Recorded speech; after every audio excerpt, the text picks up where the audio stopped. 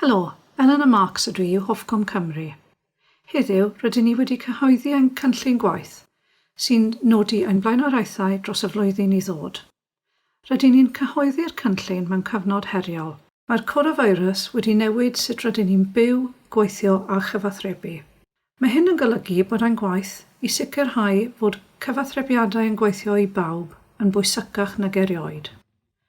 Rydyn ni'n ddiolchgar iawn am y gwaith mae'r cwmnïau band-eang symudol a phost yn gwneud i helpu bobl i cadw'r cysylltiad ac i gefnogi eu cwsmeriad.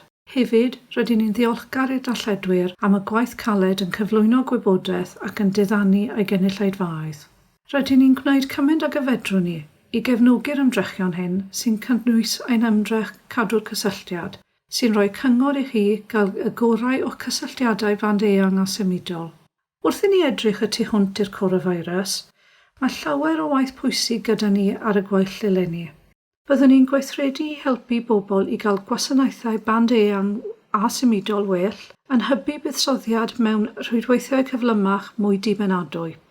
Byddwn ni'n parhau i gefnogi teledu a radio o safon uchel yn cynnwys darlledu gwasanaeth cyhoeddus, yna ogystal â rôl newydd bosib yn diogelu bobl rhag cynnwys niweidiol ar-lein.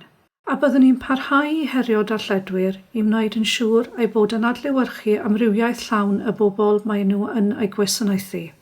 Byddwn ni'n sicrhau bod y cwmnïau band-eang a symudol yn trin eu gwsmeriad yn deg yn arbennig y rhai sy'n fregus. Fel rydyn ni wedi gweld yn ddiweddar, mae gwasanaethau band-eang a symudol yn holl bwysig. Byddwn ni'n parhau gyda'n gwaith i sicrhau bod y rhwydweithiau yn gadarn ac yn ddiogel. Mae blwyddyn brysur a phwysig iawn hwn flaen. Rydych chi'n dibynnu ar y gwasanaethau o'r cwmnïau rydyn ni'n reoleiddio, yn fwy nag erioed. Ac byddwn ni'n chwarae ein rhan drwy helpu i wneud yn siŵr eich bod yn cael y gyfathrebiadau o safon uchel rydych chi'n haeddu.